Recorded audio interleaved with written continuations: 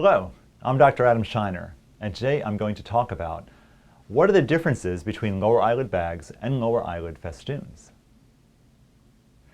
Many people who undergo lower eyelid surgery to improve the appearance of their lower lids are dissatisfied afterwards because of one factor which can complicate the results from lower eyelid surgery. This factor is lower eyelid and cheek festoons and malar mounds. Festoons are a medical condition in which the skin of the lower eyelid becomes severely damaged, usually by the sun. This damaged skin can result in folds in the lower eyelids and lead to swollen mounds on the cheeks. They often occur with age and are more common in people with lighter skin types. Festoons occur in many people seeking lower eyelid rejuvenation, and if not corrected at the same time that lower eyelid surgery is performed, the condition can become exacerbated and make the lower eyelids look worse after surgery. Take a look at this patient before her surgery. She has both lower eyelid bags and festoons as demonstrated in the next two photos. The festoons are not obvious here because the front flash of the camera is washing out the shadow below them. I've outlined them here for you in black. This photo shows the lower lid bags outlined in white and the festoons outlined in black. These two conditions can also be seen in the photo of another patient of mine prior to surgery.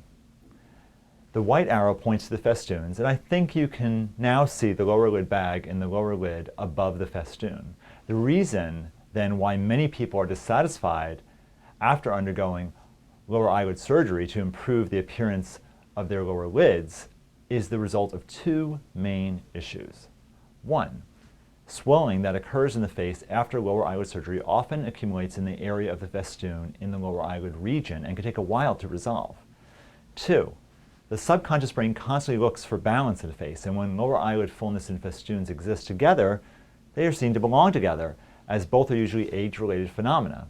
When only one is corrected, usually the lower eyelid bags, then the other is seen in even greater contrast. The subconscious brain then focuses in on this condition and tells the conscious brain the face is out of balance. You can see this result in the case of this patient the day after surgery, where the bags were removed first and the festoons weren't treated until 1 day later. This is her picture 1 day after surgery, and you will notice how much worse the festoons appear in a case like this when they are not corrected at the same time the lower eyelid bags are corrected. The festoons are even more noticeable now than in the photos above taken before surgery. These photos now show before and after correcting both the lower eyelid bags and festoons. Festoons and malar mounds have been a frustration for surgeons for many years. Thanks to the initial work of Dr. Sterling Baker, a person with whom I trained, and my own improvement and refinement on that work over the last decade, I now have a sophisticated, technically challenging, but effective treatment for festoons and malar mounds. Many people, including some great surgeons, don't fully understand or recognize the differences between these two conditions. I hope this video helps people to better understand those distinctions. The first difference is in their cause or etiology. Festoons are a result of sun-damaged skin on the lower eyelid and on the cheek and are believed to be affected by underlying contrasting muscle forces over the years of a person's life. In contrast, lower eyelid bags are due to age-related fat pushing through the skin in the lower eyelid region. New research has shown that fat can grow and atrophy during our lives in asymmetric ways. The growth of fat in the orbit around the eye, along with atrophy in the facial regions around the eye, as well as some weakness in the orbit containing structures, contribute to the fullness we see in the lower eyelid with age.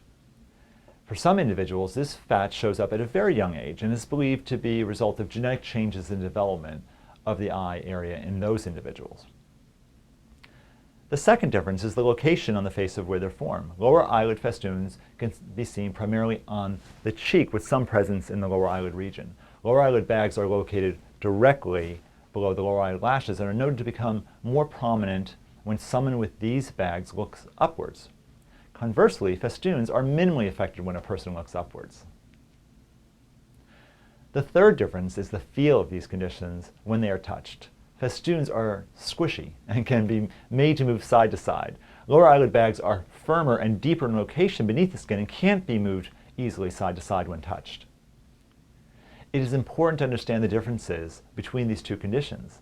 The best rejuvenation and most natural results occur when both eye bags and festoons are corrected simultaneously. Thank you for tuning in to Adam Scheiner MD TV. I hope you enjoyed learning about ways I help people restore, reveal, and reclaim their natural beauty. Please check back for more discussions in the future, and please share this with your families and friends. Goodbye for now, and I wish each of you a beautiful day.